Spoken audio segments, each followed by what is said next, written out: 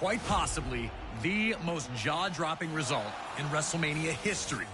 The Undertaker streak ends at the hands of Brock Lesnar. The looks on the faces of those in attendance told us everything. Nobody saw this coming. Our next match takes us to the greater Bay Area of Northern California and WrestleMania 31 in 2015.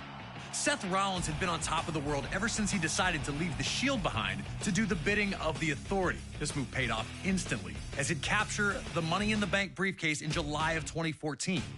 Rollins was untouchable, protected by those in power, and with the knowledge that at any moment he could turn that briefcase into the WWE World Heavyweight Championship. All seemed to be well within the ranks of the Authority, but the harmony would not last long. Randy Orton, who had been the Authority's top hand until Rollins joined the ranks, didn't seem so happy with the favoritism his former rival was now enjoying.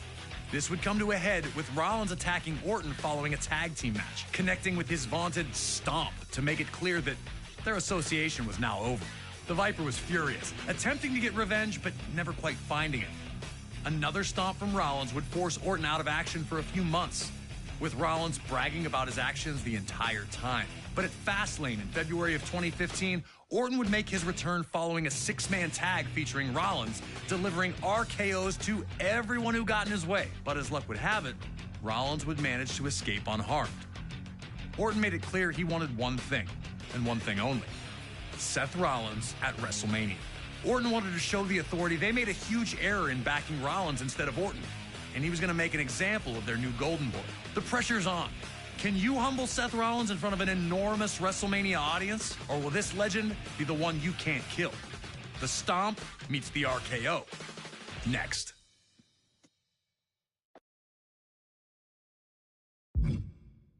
Seth Rollins crashes to earth with one of the most famous RKOs ever, ending his quest for victory. A statement win for Randy Orton, but Seth Rollins wasn't done yet. Later that same evening, Brock Lesnar would take part in a match that had another surprising conclusion. The WWE World Heavyweight Champion, Brock had used his victory over Undertaker at WrestleMania 30 to get a championship match against John Cena at SummerSlam 2014, taking the title from Cena in a scary display of dominance. Since that victory, Brock had steamrolled everyone put in front of him, including an impressive defense of the title at the 2015 Royal Rumble against both Cena and Seth Rollins. It did not matter who stood across from Lesnar. He was going to eat, sleep, suplex, repeat his way to victory after victory. Roman Reigns capitalized on his growing momentum by winning the 2015 Royal Rumble, punching his ticket to take on the WWE World Heavyweight Champion at WrestleMania 31. The future tribal chief knew that he was destined to become WWE World Heavyweight Champion, showing no fear or intimidation in the presence of Lesnar.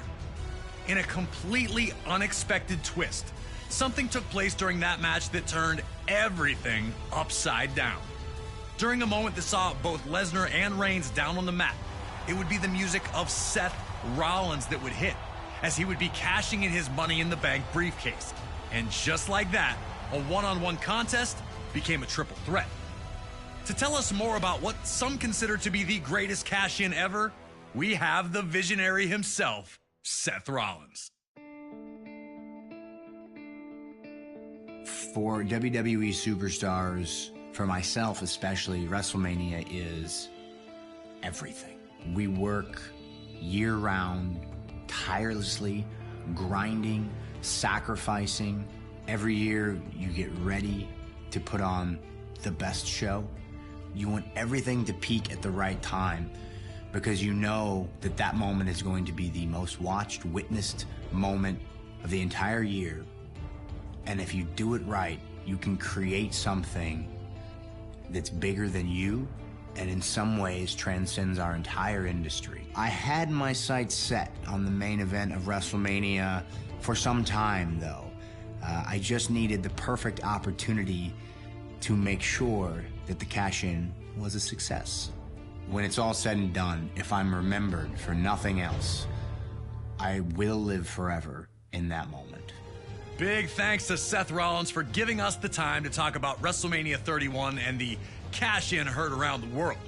Now it's up to you to figure out how you're going to walk out of this incredible encounter with the WWE World Heavyweight Championship. They've built it up, But can you burn it down?